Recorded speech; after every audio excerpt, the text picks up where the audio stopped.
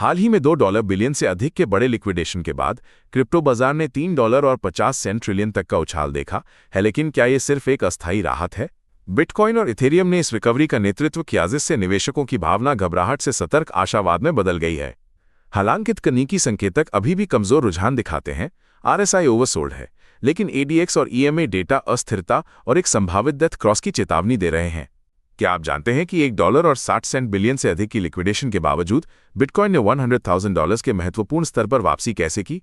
हाल ही में मैक्रो आर्थिक चिंताओं और फेडरल रिजर्व की ब्याज दर में कटौती की अनिश्चितता के कारण BTC $100,000 से नीचे गिर गया, जिससे $1 और 60 सेंट बिलियन से अधिक के लिवरेज लॉन्ग पोजीशन का जबरन लिक्विडेशन हुआ।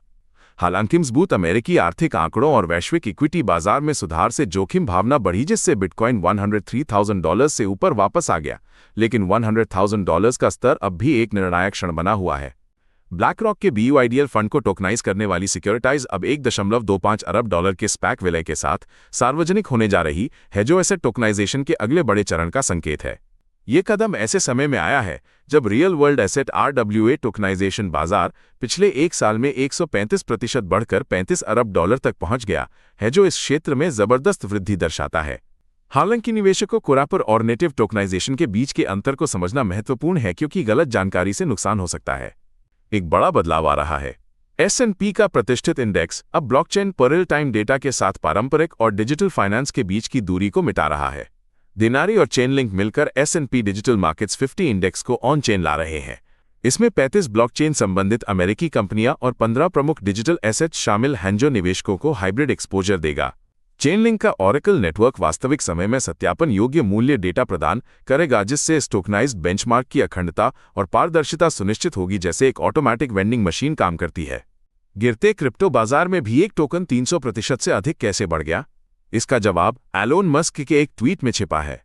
मस्क केट्स टाइम संदेश ने दोगे एक चंद्र मिशन की अटकलों को हवा दी, जिससे सोलाना आधारित इस मेमेकॉइन की कीमत रिकॉर्ड निचले स्तर से अचानक बढ़ गई।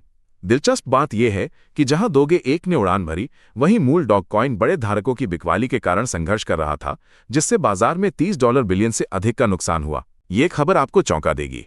पारंपरिक भुगतान दिग्गज वेस्टर्न यूनियन ने अब एंकोरेज डिजिटल के साथ मिलकर सोलाना ब्लॉकचेन पर अपना USDPT स्टेबल कॉइन लॉन्च किया है। ये पहल तेज और सस्ते वैश्विक भुगतान के लिए ब्लॉकचेन तकनीक का लाभ उठाए गीजो डिजिटल वित्त को वेस्टर्न यूनियन के 550,000 से अधिक एजेंट स्थानों के विशाल भौतिक नेटवर्क से जोड़ती है। एंकरेज डिजिटल एक संघीय विनियमित बैंक के रूप में USDPT जारी करेगा, जो सोलाना की उच्च प्रदर्शन वाली ब्लॉकचेन का उपयोग करके अनुपालन और वैश्विक पहुंच सुनिश्चित करेगा। क्रिप्टो बाजार में एक ऐसा बदलाव आया है जिसे देखकर आप हैरान रह जाएंगे। पेबिस की रिपोर्ट के अनुसार 2025 की पहली छमाही में संस्थागत लेनदेन पहली बार खुदरा निवेशकों से आगे निकल गए, जो कुल मात्रा का 63% है। ये दर्शाता है कि क्रिप्टो अब सट्टा संपत्ति नहीं बल्कि विनियमित वित्तीय बुनियादी ढांचा बन गया है, जिसमें कंपनियां तत्काल निपटान और सीमा पार भुगतान के लिए इसका उपयोग कर रही हैं। क्रिप्टो बाजार में एक और बड़ा झटका, बैलेंसर प्रोटोकॉल से $117 मिलियन के ETH लिक्विड स्टेकिंग टोकन चोरी हो गए हैं। यह हमला इथेरियम बेस ऑप्टिमिज्म सहित कई ब्लॉकचेन नेटवर्क पर हुआ, जिससे ईथर की कीमत में 7% की गिरावट आई और डीफाई तरलता पूल की कमजोरियां उजागर हुईं।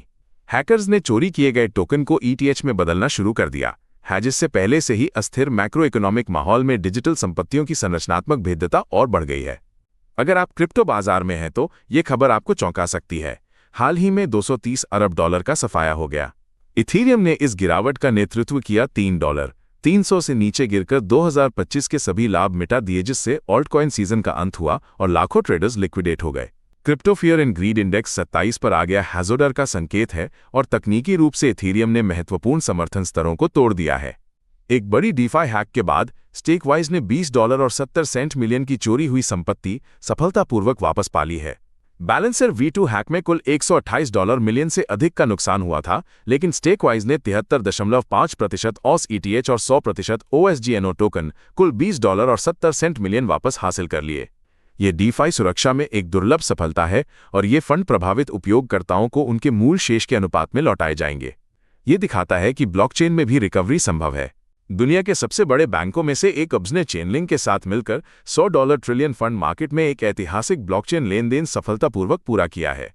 ये लेन देन टोकनाइज्ड फंड रिडेम्पशन का था, जिसमें चेनलिंक के डिजिटल ट्रांसफर एजेंट स्टैंडर्ड का उपयोग कर इथेरियम पर UMINT को भुनाया गया, जो पारंपरिक वित्त और ब्लॉकचेन के बीच एक पुल का काम करता है। यह कदम $100 ट्रिलियन के वैश्विक फंड उद्योग के लिए परिचालन दक्षता बढ़ाएगा और निवेशकों के अनुभव को बेहतर बनाएगा, जिससे वित्तीय उत्पादों के लिए नई संभावनाएं खुलेंगी। साइलेक्स होल्डिंग कंपनी ने डेटा वॉल्ट AI के साथ एक ऐतिहासिक डील की है, जिसमें $2.55 बिलियन तक के बिक्री मील के पत्थर शामिल हैं। ये समझौता डाटा वायलेट AI की AI संचालित तकनीक का उपयोग करके एक बायोटेक एक्सचेंज बनाने के लिए है, जो जीनोमिक और DNA डेटा सहित बायोटेक संपत्तियों को टोकनाइज व्यापार और मुद्रीकृत करेगा। विशेष रूप से DNA डेटा टोकनाइजेशन पर केंद्रित पेटेंट के साथ स्काइलेक्स को फार्मास्यूटिकल उद्योग में $2 ट्रिलियन के अवसर का विस्तार करने की उम्मीद है।